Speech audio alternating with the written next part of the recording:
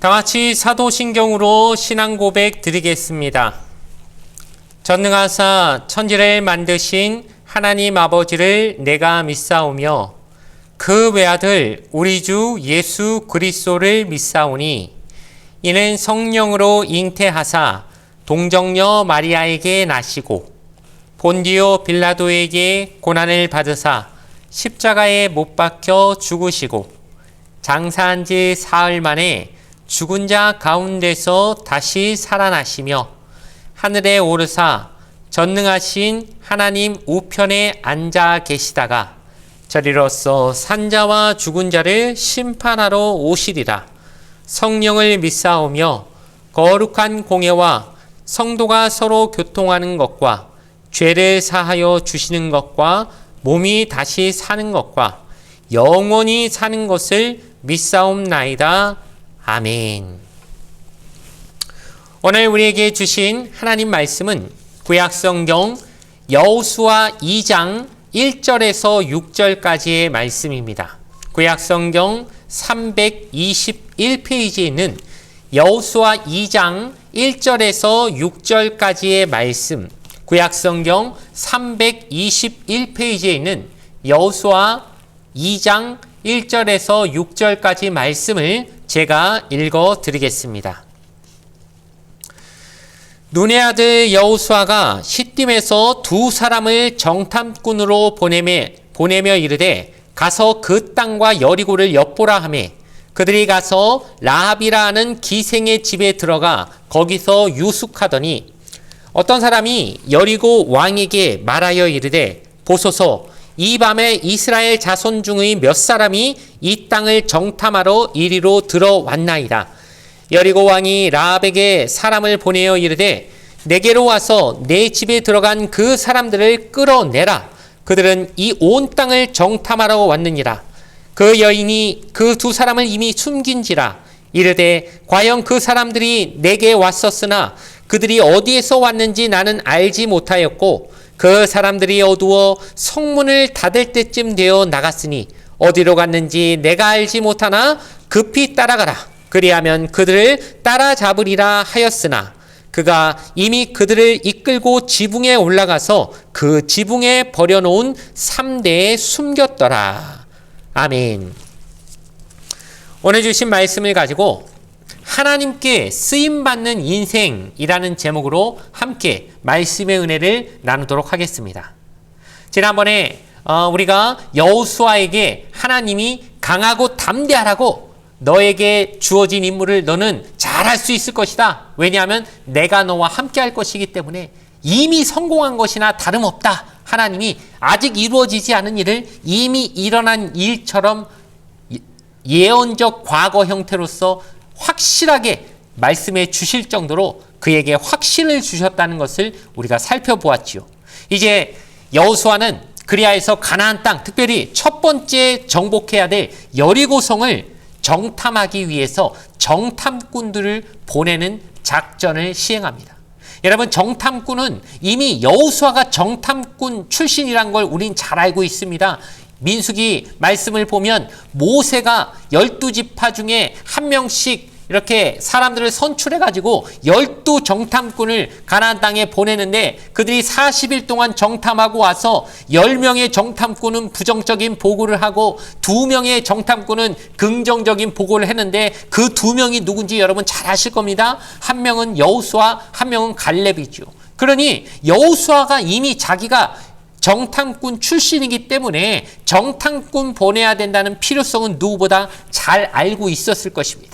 그래서 여리고성을 공격하기 전에 미리 두 사람의 엄선된 정탐꾼을 가나안 땅에 집어넣게 되는 것이죠. 여리고를 정탐하라고 임무를 내려서 들여보낸 것입니다. 그런데 여기서 우리가 한 가지 생각해 볼 것이 있습니다. 우리가 지난 시간에 하나님이 너와 함께 할 것이다. 가나안 땅 너희가 밟는 곳은 이미 너희에게 주었다라고 말씀하셨는데 믿음을 가지고 그 믿음만 하나 가지고 이제 전쟁을 하면 되는 것이지 뭐 거기다가 정탐꾼을 보내고 정보를 취득하고 뭐 작전을 짜고 뭐 이런 것들이 다 인간적으로 이런 수고와 이런 것들을 할 필요가 있느냐? 하나님에 대한 믿음만 있으면 되는 거 아니냐? 이런 식으로 강하게 주장하는 사람도 있을지 모르겠습니다. 그러나 여러분, 여호수아의 이러한 태도에서 우리가 배워야 할 것은 믿음도 필요하지만 하나님의 일을 할 때는 지혜롭게 준비하는 것도 굉장히 중요하다는 것입니다.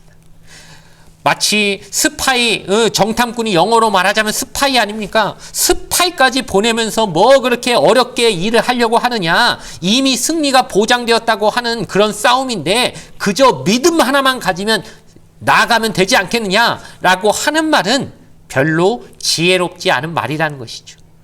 비록 하나님이 우리에게 승리를 보장하여 주셨지만 인간 차원에서도 최대한의 노력과 지혜를 통해서 전쟁을 준비하는 것은 매우 당연한 태도라는 것입니다. 우리가 하나님의 일을 할 때도 마찬가지입니다. 지혜 없이 아무렇게나 막무가내로 해도 된다고 생각하는 것은 매우 오만한 태도입니다. 하나님의 일을 할 때도 지혜가 필요합니다. 예를 들어 우리가 어떤 사람을 전도할 때도 그 사람을 전도하기 위해서는 어떻게 해야 됩니까? 상대방에게 맞춰줘야죠. 그 사람 좋아하는 것을 미리 잘 연구했다가 그 사람에게 효과적으로 어떻게 접근해야 그 사람의 마음을 얻을 수 있을까? 그렇게 고민하면서 그 사람 전도하는 게 당연한 것인데 그런 거 없이 막 가가지고 그 사람 싫어하는 말만 툭툭 내뱉어가면서 별로 좋아하지도 않는 것들로 자꾸 유도를 하면은 당연히 그 마음을 어떻게 얻을 수 있겠냐는 것입니다. 자녀를 가르치는 것도 마찬가지겠지요. 지혜가 필요합니다. 자녀에게 그냥 막무가내로 무자비하게 그냥 막 밀어붙인다고 자녀가 그 부모에게 따라오는 거는 아주 어릴 때 초등학생 뭐 저학년 때 그때까지나 그게 통하는 것이지 어느 정도 머리 크고 나면 절대 그거 안 된다는 거 너무도 잘 알고 계시지 않습니까? 그러니 우리는 막무가내로 하는 게 아니라 지혜가 필요합니다. 그런데 지혜는 누가 주십니까? 성경에 보면 지혜의 아버지이신 하나님께 구해야 된다고 얘기하지 않습니까? 그러니 우리의 지혜가 부족한 것을 하나님 앞에 철저히 고백하면서 하나님 앞에 지혜를 달라고 기도하면서 최선의 준비를 다해 나가는 것이 하나님의 일을 맡은 우리의 역할인 줄 믿습니다. 우리는 정말 지혜가 필요합니다. 하나님의 일을 할 때 어떻게 하는 것이 과연 하나님의 일을 잘할 준비하는 것일까? 우리가 그 부분에 대해서도 절대 노력을 게을리하지 않는 사람들 되어지기를 주님의 이름으로 간절히 부탁을 드리겠습니다. 이제 여호수아가 보낸 두 사람의 정탐꾼이 잘 이렇게 활동을 했으면 좋았을 것을 그냥 가자마자 발각이 돼가지고 생명의 위험을 얻게 되는 것을 우리가 알게 됩니다. 그런데 그 위기의 상황을 어떻게 극복해 나갈 수 있었습니까? 하나님이 미리 예비해 놓으신 한 여인이 있었죠. 누구입니까? 우리가 너무 잘 알죠? 기생 라합입니다. 그런데 여러분, 지금이야 뭐 기생 라합 성경에 나왔으니 우리가 자주 쓰는 말이지만 한번 그 시대를 생각해 보시기 바랍니다. 그 시대는 사실 여자가 별로 대우받지 못하는 시대였습니다. 남자에 비해서 여자는 한참 무시당하는 시대였는데 그냥 여자가 아닙니다. 이스라엘 사람들에게 있어서는 혈통적으로 무시받을 수밖에 없는 이방인이고 게다가 직업이 당시의 사회관에서 제일 멸시천대받고 도덕적으로 비난받을 수밖에 없는 기생이었다는 것을 우리가 생각해 보시기 바랍니다. 가장 무시받는 여자요, 혈통적으로는 이방인이요, 도덕적으로는 기생인, 한마디로 말하면은 낮고 낮은 제일 낮은 비참한 신분인 사람이 하나님 앞에 쓰임 받았다는 것이죠. 이것이 우리가 굉장히 놀랍게 생각해야 되는 이야기입니다.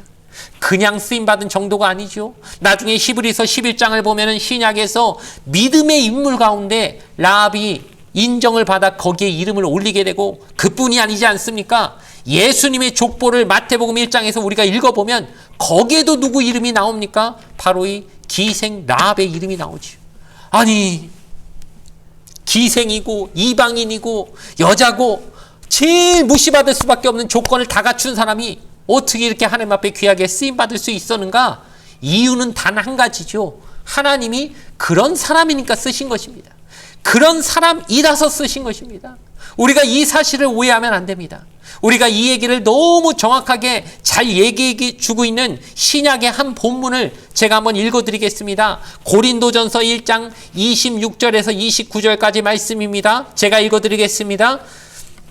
형제들아, 너희를 부르심을 보라. 육체를 따라 지혜로운 자가 많지 아니하며 능한 자가 많지 아니하며 문벌 좋은 자가 많지 아니하도다. 그러나 하나님께서 세상의 미련한 것들을 택하사 지혜 있는 자들을 부끄럽게 하려 하시고 세상의 약한 것들을 택하사 강한 것들을 부끄럽게 하려 하시며 하나님께서 세상의 천한 것들과 멸시받는 것들과 없는 것들을 택하사 있는 것들을 패하려 하시나니 이는 아무 육체도 하나님 앞에서 자랑하지 못하게 하려 하심이라. 아멘. 여러분, 이 말씀이 누가 하는 말씀, 지금 저술하고 있는 말씀인가요? 사도 바울이 고린도 교회 교인들에게 하는 말씀이죠. 지금 여러분 이 말씀의 내용을 한번 생각해 보시기 바랍니다. 너희 중에 잘난 사람 누가 있냐? 문벌 좋은 사람 누가 있냐? 똑똑한 사람 누가 있냐? 아무것도 아닌 것들이 왜 그렇게 잘난 척하고 교만하냐라고 지금 바울 사도가 아주 신랄하게 고린도 교인들을 나무라고 있는 내용이지요. 최근에 유행했던 드라마에서 한 등장인물이 했던 그 유명한 대사가 아주 우리에게 많이 알려지고 있는 것이 있지요. 무엇입니까? 너 뭐 돼? 이거 있지 않습니까? 학시가 나와가지고 야, 너 뭐 돼? 하는 건데 사도 바울이 고린도 교인들에게 지금 그 얘기하고 있는 거 아닙니까? 야, 너희 뭐 되냐? 너희 뭐 문벌 좋은 자가 누가 있고 너희 중에 똑똑한 사람이 누가 있고 아무것도 아닌 것들이 뭐 그렇게 잘났다고 지금 하나님 앞에서 교만하게 굴고 있느냐고 대놓고 지금 말하고 있는 게 이 성경 말씀이니까 우리가 읽고 있는 거지, 대놓고 누가 면전에다 이렇게 얘기했으면 멱살 잡고 대들 수 있을 만큼 아주 신랄한 얘기를 사도 바울이 고린도 교인들에게 하고 있는 것이죠. 그들이 너무 착각하고 있으니까 마치 자기가 잘나서 하나님 앞에 쓰임받는 것이냐? 아니다. 너희처럼 못난 것들을 하나님이 택하신 이유는 그런 약한 자들을 써야 하나님이 영광 받으시니까 세상에서 진짜 별 볼 일 없는 존재들만 모아놓고 하나님 자녀 삼으신 것인데 왜 주제를 모르고 하나님 앞에서 뭐나 되는 것처럼 내가 뭐 돼서 쓰임받는 것처럼 그렇게 굴고 있느냐라고 제대로 그들의 어떻게 보면 뼈를 때리면서 바울이 그들에게 가르쳐주고 있는 것이죠. 우리가 착각하면 안 되는 것이 바로 그것이지 않겠습니까? 내가 하나님 앞에 쓰임받는 게 절대 내가 잘나서 쓰임받는 것이 아니라 나 같은 사람도 하나님 쓰시는구나. 이렇게 약해도 쓰시는구나. 어떻게 이렇게 못났는데 쓰실까? 알고 보니까 하나님이 그런 존재니까 오히려 쓰신다는 것이죠. 그러니 기생락도 쓰시는 거 아니겠습니까? 아니 어떻게 그런 기생을 쓰실 수 있어? 어떻게 이방인을 쓰실 수 있어? 그러니까 쓰신 겁니다. 그렇게 못났으니까, 그렇게 무시받을 수밖에 없는 존재니까 그런 약한 존재를 쓰셔야 이 모든 것은 하나님이 하셨다는 그것이 드러나 하나님께 영광이 되니까 그런 존재를 쓰셨다는 것. 그렇다면 나 같은 존재도 하나님 충분히 쓰실 수 있지 않을까? 우리가 그 사실로 여기에 참 하나님이 나도 쓰실 수 있다고 하는 그런 분명한 소망과 확신을 가지고 나아갔으면 좋겠습니다. 뿐만 아니라 혹여나 내가 쓰임받고 있다는 것이 나에게 나도 모르게 교만이 돼가지고 나도 하나님 앞에 이렇게 쓰임받으니까 뭐나 되는 존재처럼 스스로를 착각하고 있다면 그 착각에서부터 벗어나는 중요한 경고로도 받아야 될 줄로 믿습니다. 예수님이 예루살렘 입성하실 때 뭐 타고 가셨지요? 나귀 새끼 타고 가지 않으셨습니까?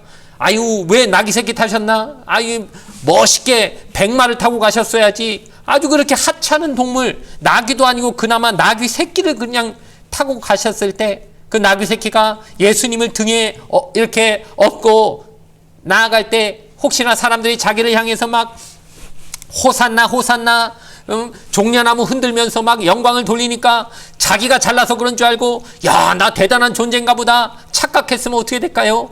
예수님 내려오는 즉시 그건 아무것도 아닙니다. 나귀 새끼입니다. 도로 옛날 그 비천한 모습으로 떨어지는 겁니다.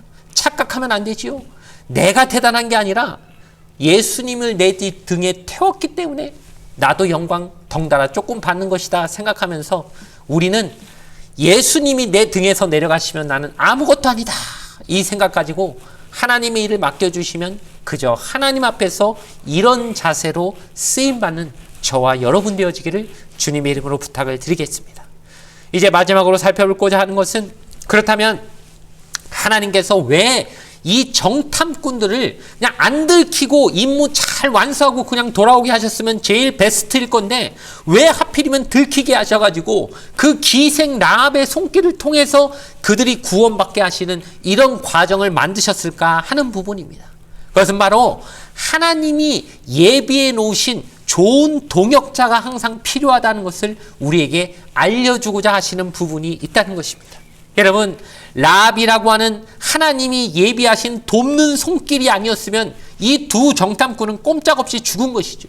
그들이 어떻게 거기 빠져나오겠습니까? 여리고성 지리도 잘 모르고 어리버리 해가지고 오자마자 들킨 그 사람들이 어떻게, 자기들 손으로는 절대 못 도망갑니다. 그런데 이 모든 여리고 위치를 잘 꿰고 있는 이 주막주인 라합이 또 게다가 심리적으로도 굉장히 빨라가지고 재치를 발휘해서, 기지를 발휘해서 여리고 군사들을 다 내어쫓고 그들을 몰래 도망갈 수 있게 길을 다 안내해 줬기 때문에 그들이 안전하게 다시 이스라엘 본진으로 돌아올 수 있게 되었다는 것 생각해 보면서, 우리가 하나님 일 한다는 게 절대 혼자 할 수 있을 것 같지만 아닙니다. 우리는 내가 혼자 잘할 수 있을 것 같으면 하나님이 이 땅에 교회를 세우시지도 않았지요. 나 혼자 신앙생활 잘하면 하나님과 나와 1대1로 그냥 하게 하시지, 왜 교회라는 공동체를 만드셔서 우리 한 사람 한 사람을 교회로 부르셨겠냐는 것입니다. 우리는 반드시 돕는 손길이 필요하고 동역자가 필요함을 인정해야 될 것입니다. 그리고 하나님께 나에게 맞는 좋은 동역자를 보내달라고 끊임없이 구해야 할 줄로 믿습니다. 우리 눈에 보기에는 라합 같은 사람 굉장히 부족해 보일 수도 있습니다. 아유, 이방인이고 기생이고 여자고 다 안 맞아 보일 수 있지만은, 아니요, 그 존재가 하나님이 예비해 놓으신 도움의 존재라고 하면 그 사람 없으면 나는 안 되는 겁니다. 나의 인생에 그 사람의 도움 없으면 절대 될 수 없을 정도로 절대적인 도움을 하나님이 주시기 위해서 보낸 존재라고 생각하면 그 사람이 얼마나 값지고 귀하게 보이겠습니까?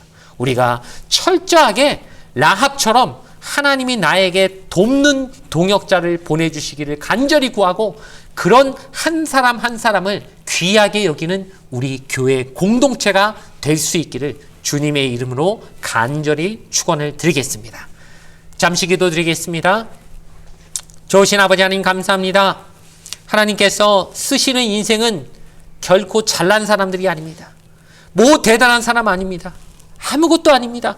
정말 누구 앞에 자랑할 것 하나도 없는 존재들만 하나님이 일부러 불러서 하나님 일 맡기신다는 것을 우리가 기억하게 하여 주시옵소서. 교만하지 않게 하여 주시옵소서. 내가 잘나서 쓰임받는다고 착각하지 않게 하여 주시옵소서. 그리고 하나님이 나를 버리시면, 예수님이 나를 쓰시지 않으면 나는 정말 별 볼 일 없는 존재가 된다는 사실을 기억하며, 하나님께서 맡기신 일에 최선을 다해 순종의 모습으로, 겸손의 모습으로 나아가는 우리 모든 동부스 모험교회 한 사람 한 사람 다 될 수 있게 하여 주시옵소서. 감사드리며 거룩하신 예수님의 이름으로 기도드리옵나이다. 아멘. 주기도문으로서 예배를 모두 마치겠습니다. 하늘에 계신 우리 아버지여, 이름이 거룩히 여김을 받으시오며 나라가 임하시오며 뜻이 하늘에서 이루어진 것 같이 땅에서도 이루어지이다. 오늘 우리에게 일용할 양식을 주시옵고, 우리가 우리에게 죄 지은 자를 사하여 준 것 같이 우리 죄를 사하여 주시옵고, 우리를 시험에 들게 하지 마시옵고 다만 악에서 구하시옵소서. 나라와 권세와 영광이 아버지께 영원히 있사옵나이다. 아멘.